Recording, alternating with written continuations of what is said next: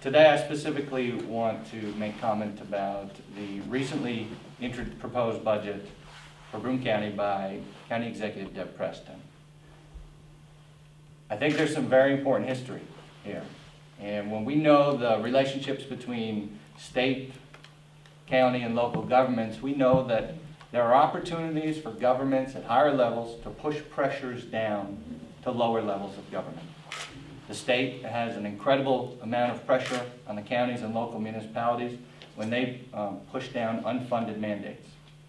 Well, the county also can create a lot of pressures for local governments. And I think that's exactly what we've seen this last year because of the inaction by Ms. Preston and for her reneging on a very important promise when it comes to sales tax revenue. In 2010, Ms. Preston was at the table with me and many other municipal leaders, very upset that the county was making changes to the distribution formula that would result in more revenue going back into the county coffers. Ms. Preston was outraged. In 2011, when she was town Conklin supervisor, she passed a resolution demanding that the county return sales tax revenue formula so that it's shared equally and fairly.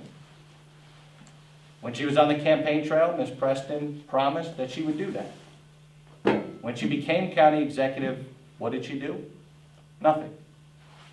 She reneged on her promise, and instead she saw an incredible opportunity to pad her re-election budget at the expense of taxpayers all across Broome County. This year alone, the city of Binghamton is losing out on $1.1 million. That's from the county comptroller's estimates this August.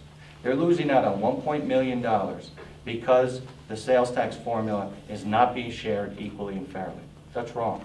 All that does is push pressure down to our local government. Now, someone might be able to grandstand with what looks to be a very responsible budget, but the residents need to know that there's a connection between the pressures they're now facing by their local government. It was always 50-50. And then after the collapse in 2008, 2009, the county realized they had a major budget problem and they needed to fill a hole. So they pulled in all the municipal leaders and say, we have an approach. We're going to cap what you have, 0.5% each year. And then anything above that is going into the county coffers.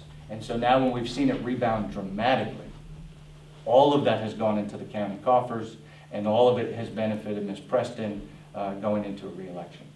And that was her decision. And just to confirm, when things were at 50-50 and sales tax is 8%, that would be 4 to the state, 2 to the county, 2 to the municipalities. Right? 1 to the county. Oh, 1 to the county. And then a 3% is shared equally. Oh. Yes, it wasn't really 50-50.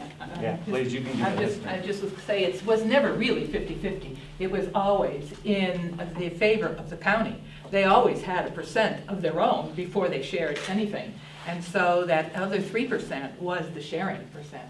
But I want to make a point that it was very clear that Ms. Preston was really adamant about the fact that right away that money should come back. When I was a supervisor and fought for the money to come back, and the new executive at that time said, well, gee, we don't have that money in the budget. Ms. Fiala said we didn't have the money in the budget because the legislature didn't put it in. But she said, no, this money has to come now. Our towns cannot operate this way. This money has to come back right away. She was very clear about that. She felt that that was terribly important. And now to see that she has not turned her back on the people that she represents in one of the hardest hitting groups in Conklin. Plus, she turned her back on everybody in the towns who have had all this flood damage. So property taxes are higher in every single town because of flood damage where other properties have been taken off the rolls. So now everybody is sharing a higher load. But the county does have that that sales tax to go along with their share of property tax. So we can't do that in a town.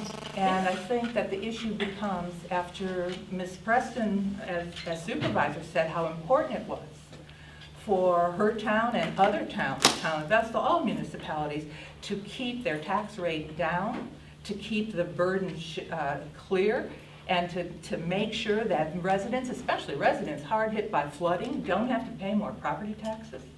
Now, to shift that back and to take that away is really something that I can't believe anybody would do who knows the situation. Why would you put your own people at risk? Is she the people's person, or is she a political manipulator? I leave that to you.